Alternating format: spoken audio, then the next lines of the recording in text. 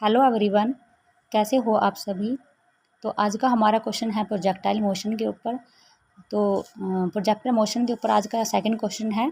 तो देखते हैं क्या है। A hiker stands on the edge of a cliff 490 meters above the ground and throws a stone horizontal with an initial speed of 15 meters by second, neglecting air resistance. Find the time taken by the stone to reach the ground and the speed with which it hits the ground. G की value क्या होती है? Acceleration due to gravity 9.8 metre by second का squares. तो इस question में क्या है कि एक हाइकर है जो हमारे पास कहाँ खड़ा हुआ है, किसी क्लिफ के ऊपर, ठीक है। और कितनी हाइट है उसकी? 490 मीटर। चलो इसको डायग्राम के अकॉर्डिंग समझते हैं। इस टाइप से बनाते हैं डायग्राम। ये हमारे पास एक हाइकर है, यहाँ पे स्टैंड है, ठीक है, यहाँ पे खड़ा हुआ है और क्लिफ के ऊपर, मतलब इसकी बिल्कुल चोटी के ऊपर यहाँ कोई चट्टान है टाइप। तो उसने क्या किया, एक स्टोन को हॉरिजॉन्टली तरीके से उसकी इनिशियल स्पीड से 50 metre by second initial speed है उसकी, यानी कि यू। तो उसको क्या किया, उसने थ्रो किया, और किस वे में? हॉरिजॉन्टली वे में, ठीक है। ये तरीका बहुत इंपॉर्टेंट है यहाँ पे कि वर्टिकली है या हॉरिजॉन्टली है, तो उसके अकॉर्डिंग हमारे पास पाथ कवर करता है। तो इस टाइप से उसने क्या किया, हॉरिजॉन्टली तरीके से इसको स्टोन को नीचे की तरफ फेंकना शुरू किया ग्राउंड में। ये क्या है हमारा? ग्राउंड। तो कौन सा मोशन होगा हमारे पास? प्रोजेक्टाइल मोशन, इस टाइप से, ठीक है। ये जो स्टोन है कौन सा पाथ कवर करेगा? Projectile.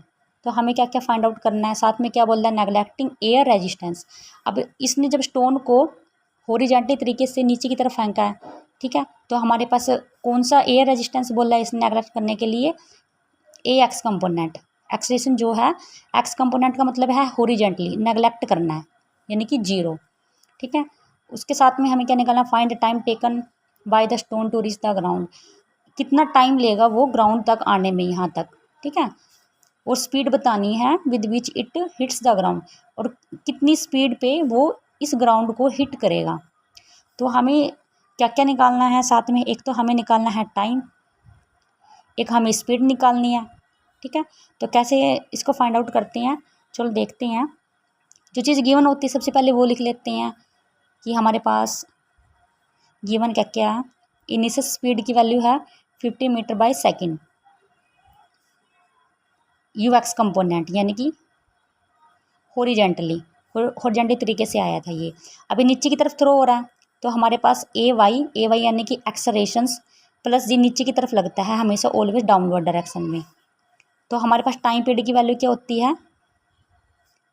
Time period T equal to √2h/g। ये डायरेक्ट होता है फॉर्मूला, ठीक है, इसको ध्यान रखना है। इसकी हेल्प से हम ये क्वेश्चन इजीली फाइंड आउट कर लेते हैं। तो टाइम पीरियड की वैल्यू कैसे निकाल लेंगे? 2h की वैल्यू कितनी है? 490 डिवाइड बाई जी की वैल्यू कितनी है? 9.8। इनको आपस में मल्टीप्लाई कीजिए, 980 9.8, यानी कि नियर अबाउट कितना होगा ये? 100। तो इसका रूट कितना बनेगा 100 का, यानी कि टी इक्वल टू अप्रोक्सीमेटली 10, ठीक है। तो टाइम कितना बनेगा हमारे पास? 10 सेकेंड। ये 10 सेकेंड में ये क्या होगा, इस ग्राउंड को हिट कर जाएगा स्टोन। अब हमें निकालनी है स्पीड।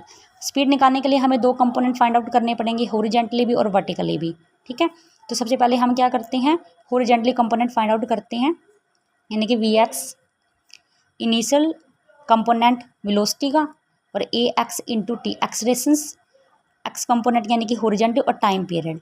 अब हमने देखा कि हॉरिजॉन्टली हमारे पास speed 50 metre by second given थी, ठीक है। तो यहाँ लिख दो 50 metre by seconds plus acceleration a x component में हमने स्टार्टिंग में देखा कि क्वेश्चन में ये बोला गया कि हमें नेगलेक्टिंग करना है एयर रेजिस्टेंस। जब हमने स्टोन को थ्रो किया था हॉरिजॉन्टली तरीके से, तो हमारे पास कौन सा एक्सलेरेशन 0 होगा, यानी कि एक्स कंपोनेंट, तो ये 0 हो जाएगा, यानी कि इसका आंसर आएगा 15 मीटर बाय सेकेंड। अब हम निकालते हैं वी वाई कंपोनेंट, यानी कि U Y plus A Y into time period. अब हमारे पास देखा हमने कि हमने ये स्टोन, इस स्टोन को हॉरिजेंटली ही हमने स्टार्टिंग में क्या किया, थ्रो किया था नीचे की तरफ ग्राउंड में। तो हमारे पास वैसे भी हमारे पास प्रोजेक्टाइल मोशन के अंदर वर्टिकल वेलोसिटी का जो कंपोनेंट है ऊपर की तरफ कभी नहीं होता, ये नीचे की तरफ ही। अगर इसने बोला कि नीचे की तरफ जाना है तो वर्टिकल कंपोनेंट हमेशा ऑलवेज क्या हो जाएगा, यहाँ पे 0 होगा। तो यहाँ पे 0 और ए वाई की वैल्यू कितनी है 9.8, जो ए वाई जो है जी की इक्वल थी into time period. Time period का वैल्यू कितनी निकाली है हमने 10, यानी कि V Y equal to 98 10 into 10। Cut कीजिए इसको, यानी कि 98 मीटर बाय सेकेंड। अब हम रिजल्टेंट निकाल लेते हैं वेलोसिटी का। उसको कैसे निकालते हैं, वी एक्स का स्क्वायर प्लस वी वाई का स्क्वायर्स, यानी कि 15 का स्क्वायर्स प्लस 98 का स्क्वायर्स। ठीक है, v इक्वल टू, तो 15 का स्क्वायर्स कितना होता है 2 to 25 और 98 का स्क्वायर करके देखना, इसकी वैल्यू होगी 9604। अप्रोक्सीमेटली सम करने के बाद कितना होगा ये 9829। इसका अंडर रूट कीजिएगा, वेलोसिटी कंपोनेंट कितना होगा अप्रोक्सीमेटली 99 मीटर बाय सेकेंड। तो इस हिसाब से हमने क्या किया कि हमने दोनों ही वैल्यू कैलकुलेट कर ली, टाइम पीरियड की वैल्यू भी और वेलोसिटी की वैल्यू भी, जब ये स्टोन हमारे पास ऊपर से जब नीचे की तरफ आएगा और ये हिट करेगा ग्राउंड की तरफ। होप सो आपको ये क्वेश्चन समझ आया होगा। Thank you so much.